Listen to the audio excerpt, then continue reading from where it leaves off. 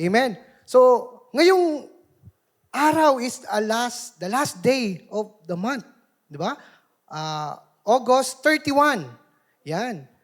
So, bukas, bare months na. Yan. So, nafe-feel nyo na ba yung ulan?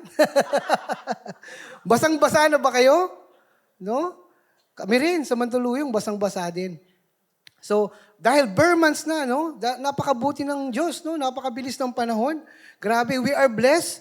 We're still here. No, sama-sama tayo. Sabi mo sa katabi mo, it's a beautiful day to be with you. Yeah. Yes. It's a beautiful day, sabi yun. Ay, talaga nakaka-bless talaga ang araw na to. So, ang isi-share ko po sa inyo ngayong umaga ay talagang tumatak at nangyayari sa buhay ko ngayon. No? Talagang, I know God gave this to me to impart, to share to you, to all of you. So, sabay-sabay nating tanggapin, no? I-receive natin ang buong puso. Amen? Amen. So, ang pamagat ng ating message ngayong araw, ngayong umaga, so, nakaraan, di ba? Natatawa ako eh. Natuwa ako kasi ang pamagat last time ng preaching ni Pastor Kat, the heart of the true sons. Ako rin may puso din eh. The heart, ito na, of trust. No? The heart of trust. So, kailangan makita natin yung puso na yan. No? Yung puso na yan na nagtitiwala sa Panginoon. Nang totoong nagtitiwala sa Panginoon. Amen? So, share ko lang. Ito. Sabi dito, have you ever wondered how to trust God? No? Nag-iisip ka ba na kung papaano magtitiwala sa Diyos? No? Iniisip mo. Pero alam mo ba kung paano magtiwala talaga sa Panginoon? At ano ba yung kailangan gawin natin sa pagtitiwala natin sa Kanya? So, I mean, really trusting Him. No? In English ko po, I spent a lot of my life, no, giving lip service to trusting Him, preaching and teaching about it. No? Singing worship songs, declaring my trust, sharing about trusting God in my small group, in my life group. No? And on, sabi ko doon. However, when the hard times comes, ano na nangyayari? Ano na nangyayari sa akin? Alam ko, alam mo. Alam ko, alam nyo. No? Di ka nag-iisa, kapatid. Diba? Kaya dito, binigyan ako ng Lord, no? Ng keys para malaman, no? Yung katanungan na yan, yung pagtitiwala na yan sa Panginoon, na dapat ito talaga ang gawin mo, ito talaga ang nasa puso mo. Ito talaga yung dapat mong malaman, kapatid. JR. Diba? So ito yung passage. Bakit daw? Ito daw dapat, pag magtitiwala tayo, dapat ganito daw. Yung puso natin. No? Ito ang ating passage ngayong umaga. Is from Proverbs chapter 3, verse 5. So, tayo po tayo lahat. Amen? Sabay-sabay po natin basahin. 1, 2, 3. Trust in the Lord with all your heart and do not lean on your own understanding. Let's pray. Hallelujah, Father God. We thank you, Father God, sa umagang ito, Panginoon. Napakabuti mo, Lord God, na kami ay tinipon mo muli, Panginoon, sa oras na ito, Panginoon, upang maparinggan ka, mapakinggan ka at ang iyong mga salita at iyong mga pangako, Panginoon. Makita ang iyong kapangyarihan, Panginoon. Makita ang iyong pag-iisip, Panginoon, ang hindi namin nakikita ng aming mga mata, Panginoon. Makita, Panginoon, ang iyong mga promises sa amin na matutupad, Panginoon. Maraming salamat po, Panginoon. Bigyan niyo kami sa oras na ito, Panginoon, ng katalinuhan, Panginoon. Even, buksan niyo po ang aming isipan, Lord, ang aming mga mata, ang aming tainga, Lord God, ma-receive lahat, Panginoon, ang mga messages mo na ito at magamit namin sa pang-araw-araw naming buhay, Panginoon. Lord God, itago niyo po ako sa inyong likuran, Panginoon. Kayo po ang makita. Gamitin niyo lang po akong instrumento at inyong lamang tagapagsalita. Maraming salamat po. In Jesus' name we pray. Amen and amen. So, balikan natin. Sabi daw, how to trust God. Paano ba magtiwala sa Panginoon? No? Paano ba magtiwala sa Panginoon? So ito, yun nga, lalabas na yung Proverbs. Sabi doon trust in the Lord with all your heart and do not lean on your own understanding. Okay? So yan, trust. Paano ito mag-trust? Kailangan with all your heart. No? With all your heart. So dapat hindi kalahati, hindi 1/4, kundi all of your heart. Buong puso dapat tayo nagtitiwala sa Panginoon. Buong puso ba tayo nagtitiwala sa Panginoon? Amen. So, sabi pa dito, do not lean on your own understanding. So, huwag ka daw magtiwala sa sarili mong kakayahan, sa sarili mong pangunawa, sa sarili mong lakas, katalinuhan, kapatid. Yun ang totoo.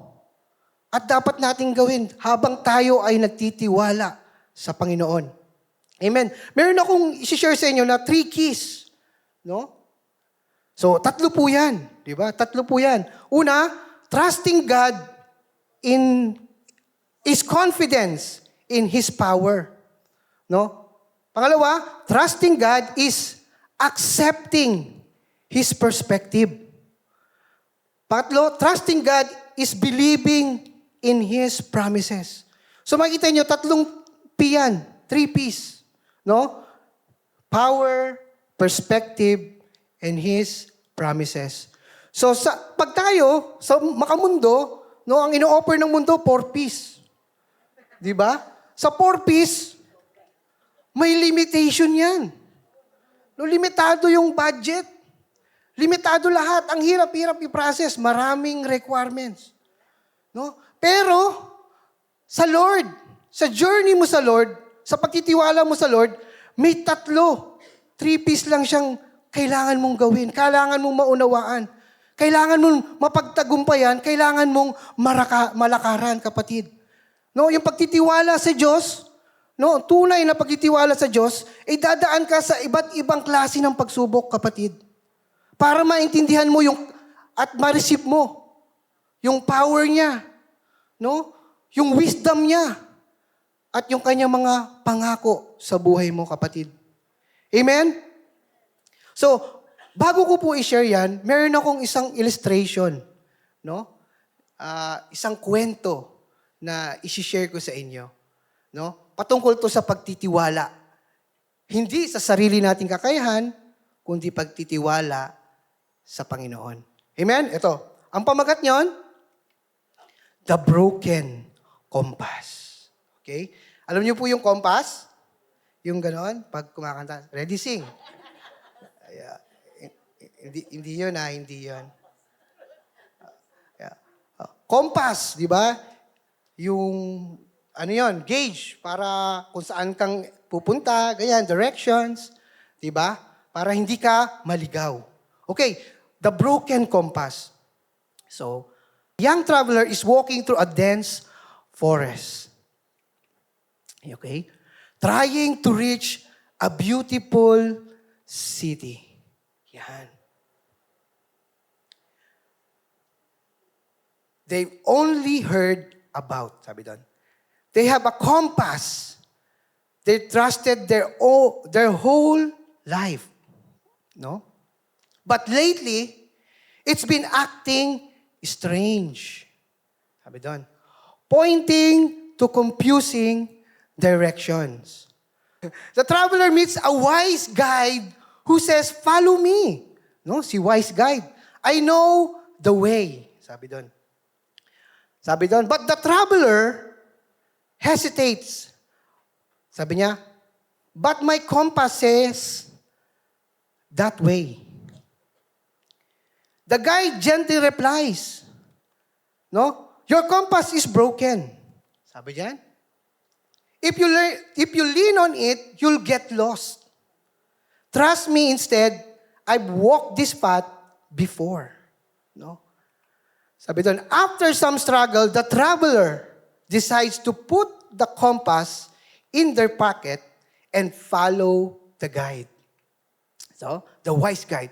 Hours later, they emerge from the forest and see the beautiful city ahead. Just as a wise guide promised. Okay, children, lesson. The traveler is represented by me and you. Diba? Nangyayari yan sa buhay natin. No? Pag dumating yung pagsubok, pag dumating yung mga hardship sa buhay natin, no, talagang sari-sari ito. Ang feeling mo, lost tayo. Naliligaw tayo. No? So, minsan ganyan talaga tayo. Madalas, ganyan ang pananaw natin sa buhay. Ang sitwasyon natin sa buhay. Lost tayo, kapatid. Pero, may compass. No? Yung compass na yan represents our own understanding. Ano pa? Logic and plans. Yan yung meron tayo eh. Yan yung available. Yan yung instant. Diba? Sino mahilig sa instant? Ako lang? Daya nyo. So, instant. Meron tayo sa instant. Sa own capability natin. Ability natin. No? Ginagawa natin lahat. Para lang makatakas, para lang di tayo maligaw. Tapos, kinabukasan, ligaw ulit. No? So, yung journey natin, never ending. Diba? So, kaya, tapos gugamit ka pa, sira pa lagi. Diba? Ano pa? The wise guide is God. No, he represents God who knows the beginning and in the end. Amen? No, ang lesson dito is matuto tayo magtiwala sa Diyos. Hindi sa ating sariling kakayahan o sarili nating abilidad, kundi sa Panginoon ang focus natin. Kasi He knows the beginning and the end. Alam niya yung problema mo. Alam niya ang darating yan eh. No? Kaya nga andito ako para tulungan kita. No? Sa pamilya natin, 'di ba? Sige, kapamilya natin, sa akin ka lang magtiwala. Akong bahala sa iyo. Pero dumarating sa point, sa akin na 'to nakaasa. Isang buwan na dito na nakatira. Parang ganoon, 'di ba? Isang buwan na, hingi pa rin siya ng hingi. No? Pero si Lord, pag sa Kanya ka umasa, which is gustong-gusto niya, hinihintay ka lang, hindi mo ginagawa. No, kasi hindi siya magsasawa. Ibibigay at ibibigay niya sa'yo. Kahit anong sitwasyon pa ng buhay mo, na pinagdadaanan mo. Kasi ang Diyos, gusto niyang matutunan mo ang lahat. No? Gusto niyang malakaran mo lahat, maintindihan mo lahat, para makita mo yung Kanyang kapangyarihan. No? Mag-glorify ang Diyos sa buhay natin. Kahit in times of hardships. No? Saan yung saan yung magandang daanan ng buhay natin? Which is dapat, di ba? Hindi ko naman sinasabing kailangan may problema tayo. Nasa problema ka. Hindi. Pag nasa problema ka, yun yung opportunity natin na makasama ang Diyos. Di ba? Yun ang mas kailangan natin, siya ang kasama. Ang Diyos sa buhay natin, mga kapatid. Amen? So, nagustuhan niyo ba yung kwento? Okay, balik kayo ha. Okay. Sabi to, pangako pa ng Diyos. Ito sinasabi niya to. Salita niya to sa Jeremias, chapter 17, verse 5 to 7. Ito daw yung mga hindi nagtitiwala sa Panginoon. Ito, kabahan na tayo. Kapiton, kay Yahweh lamang magtiwala, sabi niya. Ano pa? Sinasabi ni Yahweh, susumpain ko ang sino mang tumalikod sa akin. at nagtitiwala sa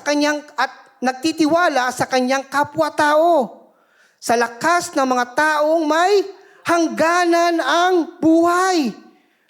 So huwag tayong magtiwala sa mga tao na may hangganan ang buhay. Sa tayo magtitiwala? Sa Diyos, siyempre. Sa Kanya lang tayo magtitiwala. No? Sabi niya, huwag kang tumalikod sa akin. Subukan mo lang. Sabi niya doon, susumpain ang sinumang tumatalikod at hindi nagtitiwala sa kapangyarihan ko, sa authority ko. No? Amen ba? So sabi doon, ang katulad niya ay halamang tumutubo sa disyerto. Sa lupang tuyo at maalat. Na walang ibang tumutubo, walang mabuting mangyayari sa Kanya. So, pag di tayo nagtiwala tayo sa Panginoon, ganito mangyayari sa atin. No? Halamang tuyot. No? Nasa tubig alat. Di ba yung, Red Sea ba yun? Dead Sea. No, Red Sea. Sorry. Iba yung nabasa ko Arong parang, type po errol. So, Dead Sea. So, yung Dead Sea na yan, napakaalat niyan. Sobrang alat niyan, walang nabubuhay ni anong organismo. No? Si Tentay lang ang nabubuhay dyan. Tentay patis. No? So, yun lang yung mapuproduce niya. Hindi, joke. Sa sobrang alat nun, walang nabubuhay. Yung napuproduce niyang product, hindi mapapakinabangan. So, ganyan ang buhay natin pag hindi tayo nagtitiwala sa Panginoon. Ibig sabihin, walang pakinabang. Sabi mo sa katabi mo, may pakinabang ka. Okay? No? So, okay? Sabi doon, sa verse 7, mapalad ang mga taong nagtitiwala kay Yahweh. Pagpapalain ang umaasa sa Kanya. So sa verse 7, dapat ganyan ang buhay natin. Mapapalad. Sabi mo, mapalad ka, kapatid. Kasi nagtitiwala ka kay Yahweh. No? Pagpapalain ka, kapatid. No? Magpatuloy tayong magtiwala sa Panginoon. Amen? Amen. Okay. So balik tayo.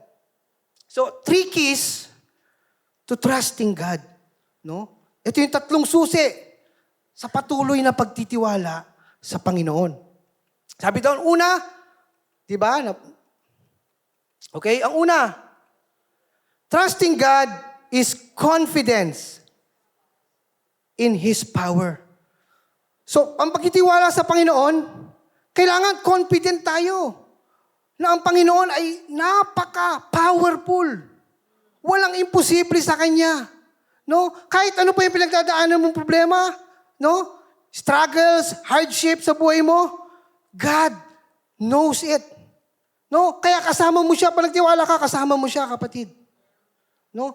Mapagtatagumpayan mo yan lahat. No? Ang kailangan mo lang talaga ay malakaran mo yan. Mapakita mo sa Kanya na talaga na nagtitiwala ka sa Kanya, hindi sa iyong isip at kakayahan. Amen? Sabi doon? Amen?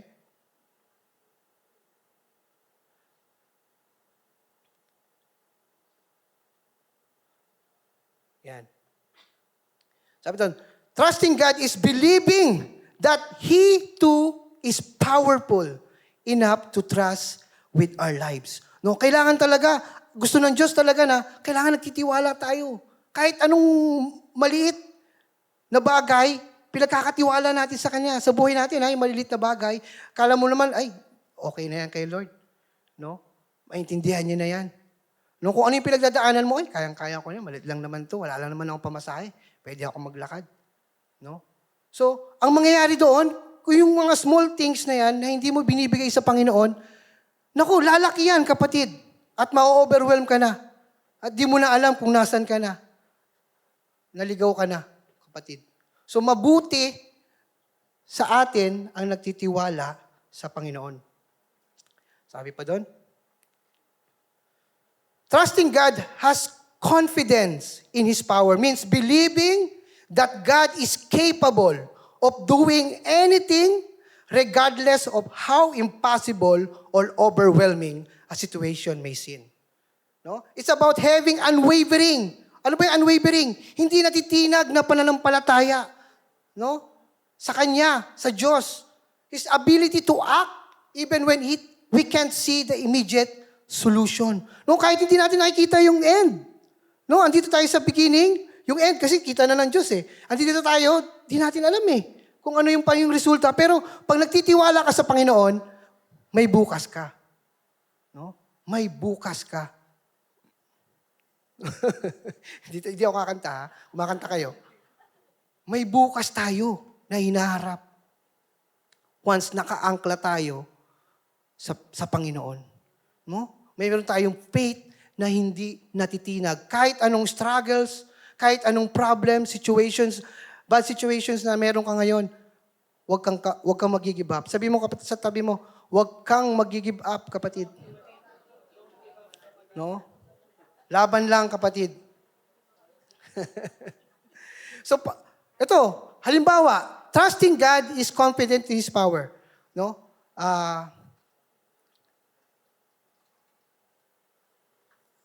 Meron kang meron kang sakit, no? May sakit ang yung member ng pamilya or a friend, no? Nagpapakita na may ito ay yung pag-trust mo sa Panginoon ay nagpapakita ng confident ka sa kapangyarihan ng Panginoon. That God will heal them, kapatid. Nagbibigay ito sa iyo ng lakas ng loob para lumaban, no? Sa buhay. Kahit alam mo na tayo, nagkakasakit tayo, di ba? No. Ang ano mo is, Lord, pagalingin mo naman ako. No? Pagalingin mo naman ako. Yun ang prayer natin. Pero, hindi lang natatapos yun. Kaka-pray mo. No? Dapat makita mo yung galaw, yung kapangyarihan ng Diyos. Di ba? Meron kasi time na nagkasakit ka, pero kasalanan mo, kaya ka nagsakit. No? Inabuso mo yung katawan mo. So yun, na-face mo yung consequence nung ginawa mong hindi tama. Pero nag-pray ka pa rin sa Panginoon. Humingi ka ng tawad, di ba? At tinama mo yung lifestyle mo. So dahil doon, nagtiwala ka pa rin sa Panginoon, and then you receive your healing. Nagtiwala ka sa kapangyarihan ng Lord. Kasi ang Diyos, ang dakilang pagaling. No? He is a great healer, kapatid. No? Kung tayo ngayon, no, nangangailangan, financial, no? Ang Diyos, naku, napakayaman ng Diyos. No? Kung alam mong ikaw ay may pangangailangan, God will provide. Sa lahat ng iyong pangangailangan, sa lahat ng iyong kakulangan, si Lord ang magdadagdag. Amen? Sabi doon, trusting God to help when times get hard. No? Pag alam mo ang kapangyarihan ng Diyos sa buhay mo, no? Kahit ito ay kaguluhan or talagang may problema ka sa eskwela, no? Sa mga estudyante natin. Sa mga nagtatrabaho natin, sa trabaho. Sa everyday na kaganapan sa buhay natin. Trusting God that God will always provide a relief. No? That is the ultimate provider. Di ba? If your provider is powerful, you do not worry. You don't need to worry. No? Alam natin, ang Diyos natin malaki kaysa dun sa mga pangangailangan ko. Siya ang may-ari. No? Siya yung magbibigay sa'yo ng kung ano yung kahilingan mo, kung ano yung kakulangan mo, di ba? Amen? Amen. So sabi, now to Him, sa Ephesians 3:20 sabi doon, now to Him who is able to do immeasurably more than all we ask or imagine, according to His power that is work within us. No? Mga kapatid, binigyan tayo ng kapangyarihan ng Diyos. No? Yan, no? Nasa sa'yo yan, kapatid. Yung kapangyarihan na yan. Ang dapat mo lang gawin, igamitin yan, i-receive yan. No? Para magamit natin yan sa pang-araw-araw natin buhay. No? Sa lahat ng yan, no? Immeasurably more than all we ask or imagine, according to His power that is work within us. Amen? Amen? Amen. Next.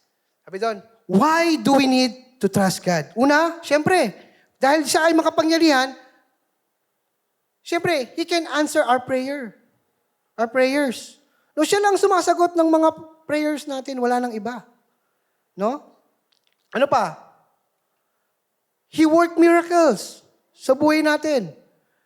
No? Lalo na pag kailangan talaga natin ng healing, no? Sa relationship natin, sa physical na katawan natin, 'di ba? Sa mga ginagawa natin, sa buhay natin, sa pamilya natin, no? Merong diyan talagang concern, may health problems, talagang God work miracles, no? Maintindihan mo 'yan once na talaga na nagtitiwala ka sa Panginoon. At alam mo siya kumilos at yung kapangyarihan niya, no? Ano pa? He speak to us. 'Di ba? Pag meron kang mga katanungan, no, tungkol sa kanyang mga salita, tungkol sa nararanasan mo ngayon, kapatid, ang Panginoon nangungusap siya sa iyo. 'Di ba? Sino nakarinig na dito? No? Tayo mga Kristiyano, through His word. No? Sa pagbabasa ng kanyang mga salita. 'Di ba? Sa pag-attend dito sa mga ganito, celebrations. 'Di ba? Sa pag-attend sa live group nyo. 'Di ba? Nakikita natin, doon siya nakikipag-usap sa atin. So wag na wag tayong liliban or wag tayong aalis kung saan na tayo ngayon. Sa church. No? Kasi doon nakikipag-usap ang Panginoon. Lalo na sa live group natin, napaka-importante niyan, mga kapatid. So kung ano yung live group na meron kayo, mahalin ninyo, 'di ba? Magtulungan kayo, magpalakasan kayo, 'di ba, sa live group. Si Lord talaga ay mangungusap sa bawat isa. Ano pa? Direct our steps. Ang Diyos talagang 'di ba, yung traveler pag naliligaw, talagang ang Diyos maliligaw ka, pero matatama ka. No? He direct you sa tamang steps para hindi ka maligaw. Tinatama niya yung buhay mo. Di ba? Pagliko, itutuwid. Di ba? Yung desisyon sa buhay natin. Yung mga choices natin. No? Yung mga pagpipili natin sa buhay natin, even yung desisyon, napaka-importante yun. God direct our steps. Ano pa? He save us. No? Sa lahat. Sa kaguluhan, sa disgrasya. No? Once nakapokus ka sa kapangyarihan ng Diyos at nagtitiwala ka sa Kanya, walang imposible sa Panginoon. Yung kinanta natin kanina, no? Nothing is impossible with God. Next. Sabi doon, trusting God is accepting His perspective.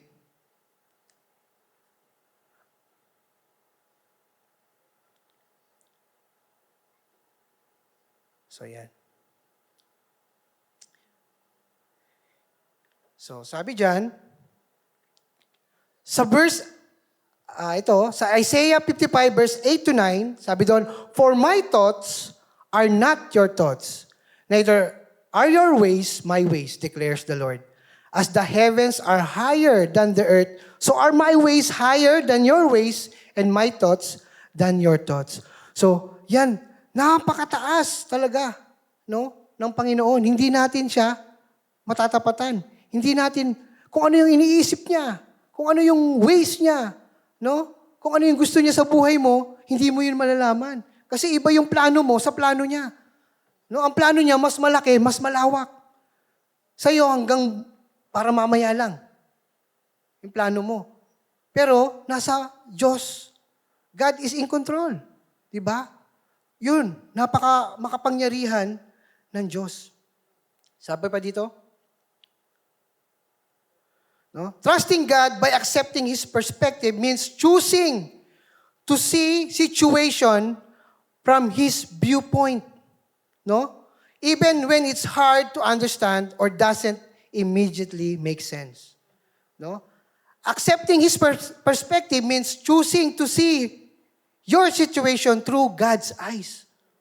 No? Not just your own limited understanding. It's about aligning your thoughts with His Word.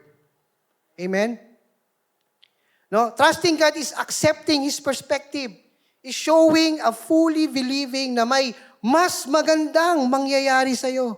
Even when you are facing hardships, no? That He has plans for you. Much better ang plan ng Diyos kaysa sa plan natin.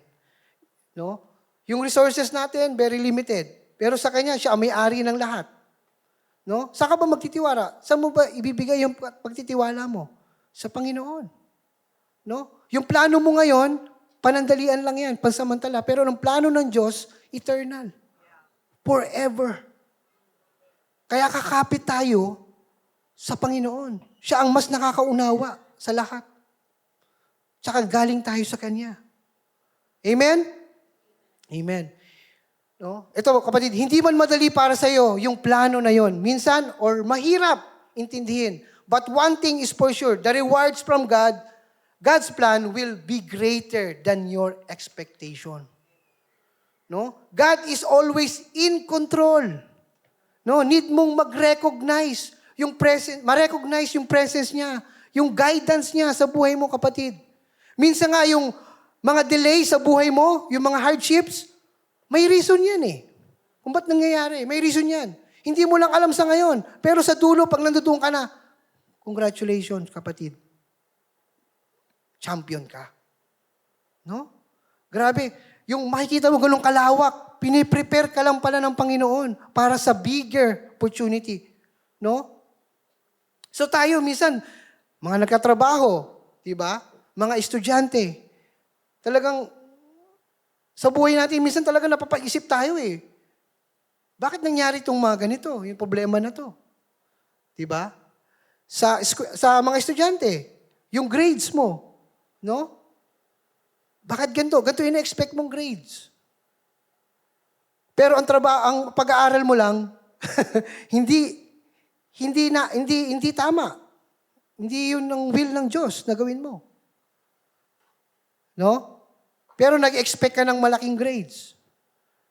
Diba? Kahit magtiwala ka sa Panginoon, mali naman ginagawa mo, mali yun sa mata niya at sa will niya para sa'yo, walang mangyayari, kapatid. Pero once na ginawa mo ang pag-aaral mo ng tama at nakuha mo naman, kahit 75 pa yan, no? 75%, pero nagawa mo na lahat. Eh, siyempre, anak ka ng Diyos eh. Tutunto ang Diyos niyan. Diba? Anak, magtiwala ka lang sa akin. Kasi, first grading pa lang eh. May second grading ka pa, anak. Ito pa, may third grading, may fourth grading pa. Pero anak, once napapagtagumpayan mo yan, anak, ito yung future ko sa'yo. Engineer ka na. No? May business ka sa DPWH. No? Hindi ganoon. Huwag doon. No? Pupunta ka doon para linisin lahat yan. Amen? Pag dinala ka ng Lord doon. Yung opportunity na maging instrumento ka ng pagbabago, ng pagpapala sa Panginoon. No, yun ang mga plano sa buhay natin. Pag nasa tama ka. Pag ang perspective mo ay gaya ng perspective ng Panginoon. No? Na maging maayos ang bawat buhay ng bawat anak niya. No? Amen? Amen. No? Sabi dito, kahit anong, naalala ko kasi sa kantang ito, yung trust his heart. Sino mo nakakalam ng kanta na to? Sabi doon, God is too wise to be mistaken. God is too good to be unkind. So when you don't understand, when you don't see His plan, when you can't trace His hand, trust His heart. So yun. So, sino yun? Mga paborito niya. One more. Sabay-sabay tayo. 1, 2, 3. God is too wise to be mistaken. God is too good to be unkind. So when you don't understand, when you don't see His plan, when you can't trace His hand, trust His heart. Yes, amen. No, ang ganda nung meaning eh. No, ang Diyos talaga eh. Hindi yan magkakamali eh. No? Pag pinili ka, pag sinabi niya, gagawin at mangyayari sa buhay mo. Amen? No? Sobrang napakabuti ng Panginoon. So sabi doon, hindi mo man lang maintindihan sa ngayon kung ano yung plan niya sa buhay mo, no? Kailangan mo pa rin magtiwala, kapatid. Trust the heart of God. Amen? Sabi doon, remember this, His faithfulness in the past. Reflect on the past victories. Diba? Sweet. Think back to all the times God has helped you, guided you, or delivered you from difficult situations, kapatid.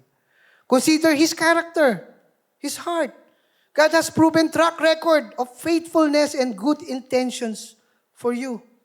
Remembering this builds trust for the present and the future. Amen? Sabi nga, sa 2 Corinthians 5:7, sabi doon, for we live by faith, not by sight. So nabubuhay tayo sa pananampalataya sa Panginoon. Hindi sa mga nakikita natin, sa kaguluhan sa paligid. Hindi, focus tayo. May pananampalataya tayo sa Panginoon. May relationship tayo sa Panginoon. Nagtitiwala dapat tayo sa Panginoon. Kahit magulo na, kapatid, ang paligid mo, focus tayo sa Panginoon kasi may pinapagawa sa iyo ang Panginoon. Ang pinapagawa sa atin ng Panginoon, tuluyang magtiwala sa Kanya. Amen? Buong puso magtiwala sa Kanya. Amen? No? Sabi doon, for we live by faith, not by sight, means that we should live our lives by trusting in God's word and promises. No? It's a commitment to trust the divine plan and guidance ng Panginoon. Even it seems impossible or goes against what is visible. Amen? Amen. Next. Next po. Pangatlo. Sabi doon, trusting God is believing in His promises. Sabi doon, for no matter how many promises God has made, they are yes in Christ. And so through Him, the Amen is spoken by us to the glory of God. So lahat ng promises ng Panginoon, sinabi niya, yes yun, para sa iyo yun, mangyayari yun sa buhay mo. No? Kahit hindi mo tanggapin, mangyayari yan. Kapatid, yung salita ng Diyos, di ba? Hindi yan mawawala. Mananatili yan. At yung kalooban niya ay mangyayari sa inaharap, sa buhay natin. So, magandang panghawakan natin yung mga promises ng Panginoon sa buhay natin. Lalo na pag dumadaan tayo sa iba't ibang klaseng pagsubok sa buhay natin, kapatid. No?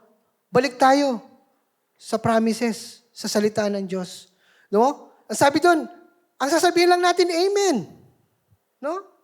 Amen. At gagawin natin yung part natin. No? Pag sinabing Amen, tinatanggap mo. Yung totoo. No? Totoong mangyayari siya sa buhay mo. Amen. Lord, Ikaw ang manguna sa buhay ko. Amen, Lord. Susunod ako sa iyo. Dahil may pangako ka. Malaki. Amen. Palapakan natin ang Panginoon.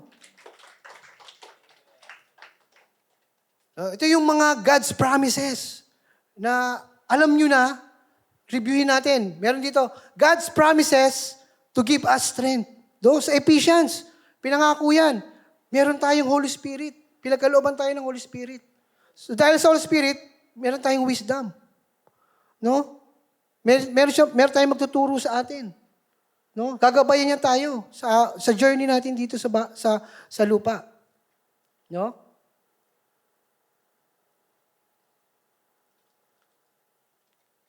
Ano pa? God promises to protect us. Sa Joshua. No? Kahit ano yung struggles o yung hardship, no? Basta go ka lang, God will protect you, kapatid. Pangako niya yun eh.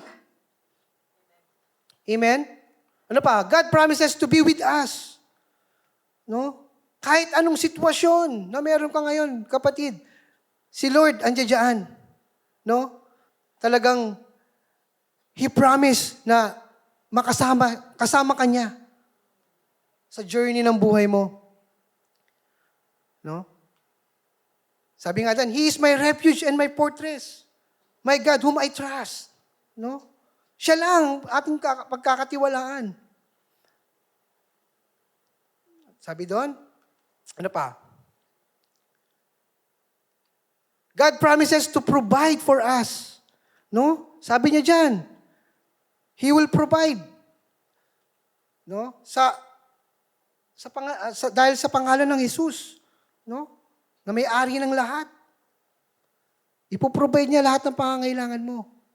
Once na nagtitiwala ka sa kanyang mga promises, sa kanyang pangako, kapatid. Sabi doon, God promises us eternal life. Ito yung napakagandang promise na kailangan ma-receive natin. No? John 3:16. No, sa pangapatuloy na nagtitiwala sa Panginoon. Meron kang buhay na walang hanggan. Amen? So sabi doon, yan. Sabi, trusting God is believing in His promises.